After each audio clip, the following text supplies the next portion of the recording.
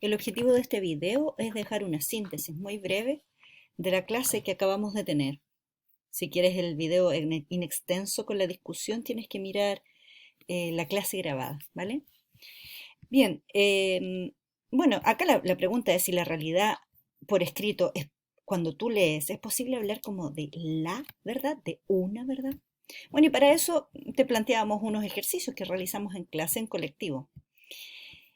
Lo primero es dejar aquí unas afirmaciones que hace Casani respecto del discurso, o sea, lo que decimos, el cómo lo decimos, el dónde lo decimos, como un arma. Mira si no es interesante que hable de arma, un arma sutil, versátil y poderosa. O sea, que el discurso puede convencerte, seducirte, enamorarte, irritarte, manipularte.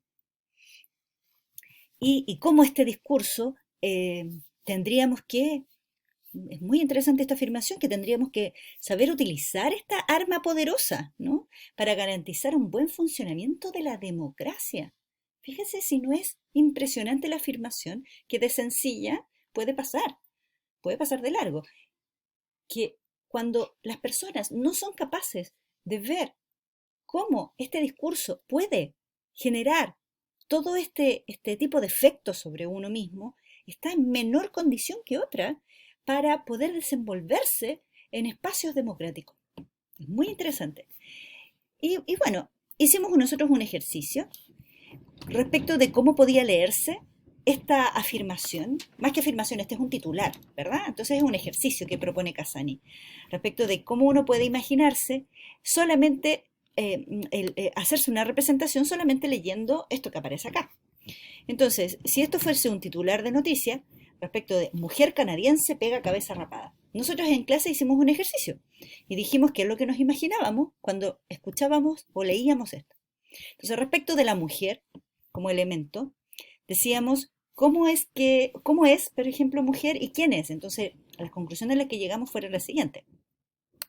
Nos pusimos acá, dijimos que era rubia, que era soltera, que era activista, soltera y activista, que tenía alrededor de 30 años, entre 25 y 30 años, a 35 más o menos por allí, que además, bueno, su oficio, su ocupación era ser activista, no nos detuvimos en el trabajo, sino que esto era lo que hacía, y además que era blanca, que además su cara era más bien rosada, y que tenía ojos azules.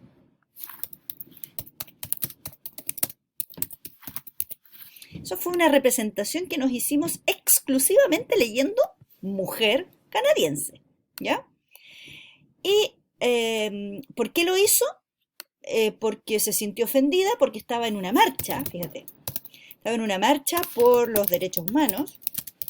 Alguien por ahí jugó y dijo que, bueno, que se había sentido insultada, ¿no? Que le habían dicho un piropo, o que se habían saltado la fila del supermercado. ¿Ya? Entonces, bueno, que ella estaba muy molesta, ¿no? Y estaba en este contexto. En ese contexto golpeó, no en otro. Y por otro lado, que teníamos la ocupación, o cómo nos representábamos el cabeza rapada. Primero dice cabeza rapada, no dice la cabeza rapada ni el cabeza rapada, pero todos imaginamos que era un hombre. Hombre de unos 40 y que tenía además, estaba vestido como punky, con skinhead. Y bueno, entonces la situación que nos explicábamos, nos decíamos que esta señora rubia había estaba ahí en una marcha muy comprometida por los derechos humanos, y esta persona, este hombre, mm, que además andaba con sus bototos negros, nos imaginamos inmediatamente los bototos, y que esta persona había sido agresiva de alguna manera y que por supuesto la mujer había reaccionado. No era una situación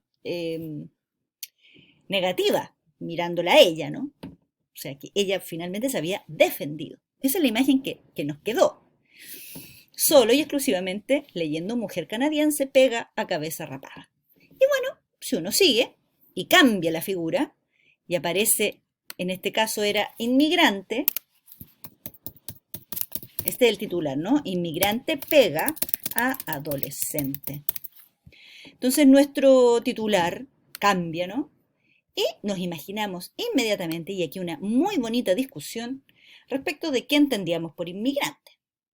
Entonces, que pareciera que hoy la palabra inmigrante ya no salta tan rápido como habría saltado hace quizás 2 años. Fíjense que lo poquito. Quizás 2 años respecto de que necesariamente inmigrante habría sido igual haitiano. Y fíjense que es haitiano y nunca hablamos de haitiana. ¿Ya? Un haitiano, un varón haitiano, o podría haber sido un mexicano, o y ahí nos quedamos, ¿no? Que en realidad no nos es tan fácil definir la palabra inmigrante, afortunadamente, ¿no? Que hoy la palabra inmigrante ya no nos es tan simple, nos detenemos. Pero ¿quiénes se detienen? Eso es muy interesante también. Yo les decía que los que se detienen son los jóvenes, y los jóvenes que están dedicados a pensar, ¿no? No cualquier joven tampoco. Los jóvenes como que están metidos en estas discusiones, ¿no? Que están metidos en grupos, en colectivos, en la universidad, ¿no? Y que estas personas, como ustedes, ya no les es tan sencillo definir la palabra inmigrante. Pero que esta persona, claro, habría golpeado a un adolescente y probablemente que esto no lo terminamos de relacionar, pero yo podría aventurar un poquito una respuesta que probablemente era mujer, que era, por supuesto, que está indefensa y que el golpe habría sido probablemente para algo, incluso me voy a aventurar, así voy a decir algo que quizás no les represente tanto, pero podría ser, ¿no? Una cuestión un poco sexual, ¿no? De ataque, de molestia, ¿no? Y que este golpe habría sido absolutamente injusto, ¿no? No en defensa, sino que un golpe injusto. Y, y bueno, y si uno mira que en realidad inmigrante y mujer canadiense podrían ser exactamente las mismas personas, entonces nos damos cuenta que podríamos estar cometiendo o demostrando en realidad cómo el discurso se hace, nos usa nuestros preconceptos. En consecuencia, si alguien quiere manipularnos, efectivamente va a proponer un titular que haga que yo me ponga pro o contra uno de los dos personajes. Es tremendamente interesante. Bueno, y aquí hay ejemplos, ¿no? De cómo el contexto, eso es una otra manera de demostrarlo, pero ya ahora con palabras, el contexto hace que se entienda o se comprenda algo de manera muy distinta. Y tiene que ver con el lugar donde estoy. Ya no solamente el contexto histórico, sino también el contexto territorial. Entonces, prenda es dejar algo en garantía o un vestir, ¿no? O prender, ¿no? Y cómo entonces las acepciones es una muestra más de estos significados distintos, es una muestra más de cómo no es posible analizar el lenguaje de, de buenas a primeras, ¿no? Que hay que detenerse. Hay que detenerse en el lugar, hay que detenerse en el contexto, hay que detenerse en quiénes somos los que participamos de este discurso. Y bueno, en consecuencia, tal como lo dice acá Casani, con este fragmento que sacamos, podemos ver que en este ejemplo de la trampa del lenguaje, dice Casani, de cómo inmigrante pega adolescente, y dice él, si estamos en España, entendemos quizás que el inmigrante es extracomunitario. Fíjense, nosotros ni se nos pasó por la cabeza pensar en una persona europea, ¿no? Si lo leemos en Argentina, entenderíamos que es boliviano o peruano. En México, que es guatemalteco. Claro, acá en Chile, haitiano, ¿no? E incluso peruano. En cualquier caso, tendríamos que pensar que se trata de un hombre adulto. Fíjense, el inmigrante es adulto, sin papeles, ¿no? Sin trabajo, sospechoso, violento, ¿no? Y adolescente posiblemente creamos que es del lugar, ¿no? Podría haber sido un adolescente que no es de acá, ¿no? Podría ser un adolescente inmigrante, podría ser perfectamente. chico o chica con estatuto como legal, ¿no? No ilegal y nivel socioeconómico medio. Nuestras simpatías estarían hacia el adolescente. Pero la misma noticia puede ser de otro modo, como aparece la mujer canadiense que pega cabeza rapada. La mujer es adulta, con papeles, trabajo, cultura, dinero y cabeza rapada, violento, hombre, ¿no? Violento, rebelde, sospechoso. Entonces, dice acá, es el hecho es el mismo, mujer inmigrante canadiense pega adolescente cabeza rapada. ¿Ven? Pero las dos noticias, y esto es algo que yo quería mostrarle, las dos noticias eligen palabras diferentes para explicarlo y esta elección produce efectos de comprensión, efectos en ti. Son los estereotipos culturales vinculados con inmigrante, cabeza rapada, mujer canadiense y adolescente. Cada palabra posee connotaciones adquiridas por experiencia histórica y almacenadas en nuestra mente, pues, obvio. Esa mente que se está moviendo ahora en ustedes con la palabra inmigrante. Y lo que hacen los buenos escritores es elegir cuidadosamente para producir efectos, los efectos que desean. Por tanto, ¿qué es ser un buen lector? ¿Cuál es una buena lectura?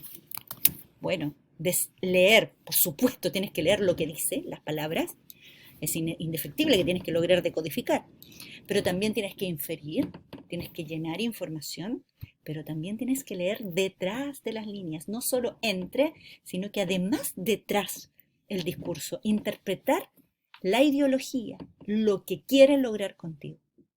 Por lo tanto, usar el contexto define la lectura de la persona. Por eso que no es lo mismo hablar de lectoescritura y centrarnos en la decodificación y hablar de literacidad, que sería preguntarle a los niños no solo qué dice, sino quién lo dice y ya más profundamente, ¿qué quiere lograr conmigo? ¿Por qué lo dice así? Esas son preguntas nuevas que por supuesto se están instalando hoy en las prácticas y es lo que querríamos nosotros que ustedes instalaran en su manera de entender qué es ser un buen lector.